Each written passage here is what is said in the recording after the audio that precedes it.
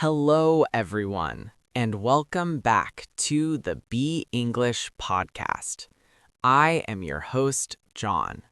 And I am Emily. We're so happy to have you here with us today. If you are a new listener, our goal here is very simple. We want to help you learn English in a clear, relaxing, and natural way. No stress, just friendly conversation. Exactly. We want you to feel like you are sitting right here with us, having a cup of coffee. And before we begin, please take a quick second to hit that subscribe button and leave us a little comment. It really helps our channel grow, and we love reading your messages. So, Emily, I remember you telling me a story last week about your friend Sarah. I think her story is perfect for what we are talking about today. Oh my goodness, yes. Sarah's English journey. It is a very classic story, and I think many of our listeners will understand exactly how she felt. Tell the audience what exactly happened to her. Well, Sarah decided she wanted to become completely fluent in English. She was highly motivated. So she went to a massive bookstore in downtown Chicago and she bought everything: grammar books, vocabulary flashcards, thick English novels, you name it. Wow, that sounds like a very expensive trip. It was. And the next day, which was a Sunday, she sat at her desk and studied for 8 hours straight. She drank 3 cups of coffee and read 50 pages of grammar. 8 hours in one day? That is a lot for anybody. What happened on Monday? Well, on Monday, she was completely exhausted. She looked at her massive pile of books and she just felt overwhelmed.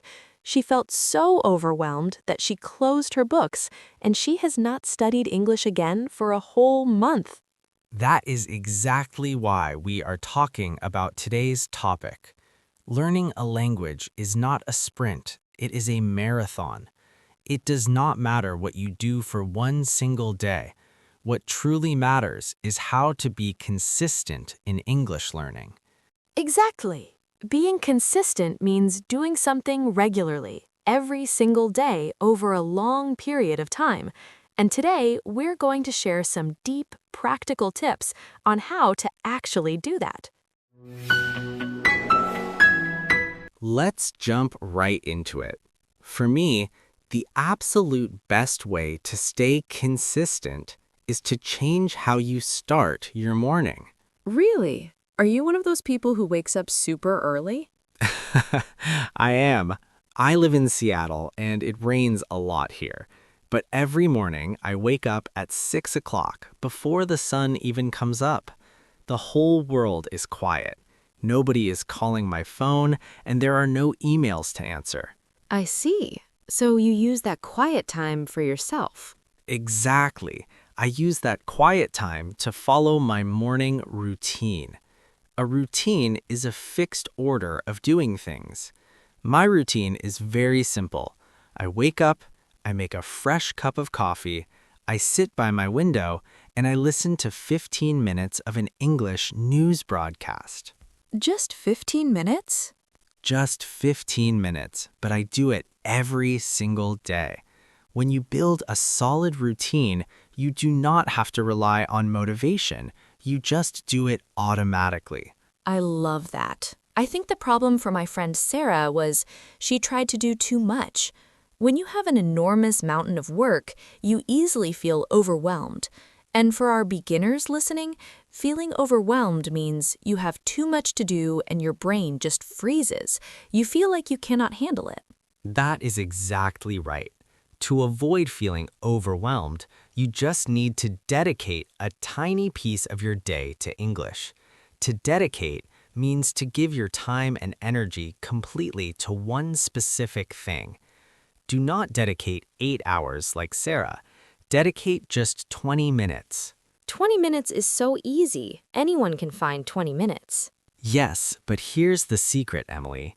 During those 20 minutes, you must eliminate every single distraction. A distraction? You mean like a mobile phone? Exactly.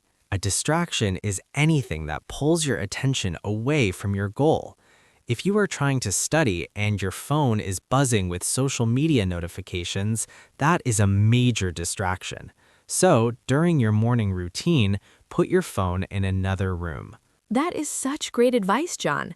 Waking up early and removing every distraction is so powerful. But I want to talk about another strategy that helped me. Please share it with us. For me, it's all about building a reading habit. A habit is a behavior that you repeat so often it becomes almost automatic, like brushing your teeth before bed. You don't even think about it, you just do it. Building a reading habit sounds wonderful. How did you start? Well, when I was studying in Boston, I found this beautiful, cozy little cafe near the public library. Every afternoon at 3 o'clock, I would order a hot tea, sit in a comfortable armchair, and read just 5 pages of an English book. Just 5 pages? Not a whole chapter? Nope, just 5 pages. I started with a very simple book, Harry Potter. I didn't force myself to read for hours, but because it was only 5 pages, I never missed a single day. I created amazing momentum. Momentum is a fantastic word. Can you explain what momentum means for our listeners? Of course, momentum is a physics term.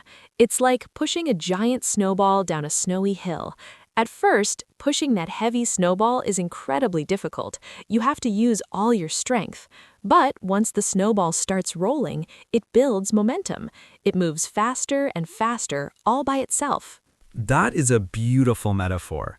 When you study just a little bit every day, you build momentum.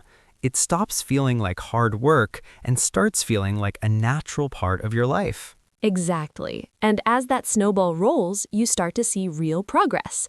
Progress means you're moving forward and getting better, even if it's just one tiny step at a time. Seeing your own progress is the best feeling in the world. How did you track your progress, Emily? Did you keep a notebook? Yes, I kept a very simple journal.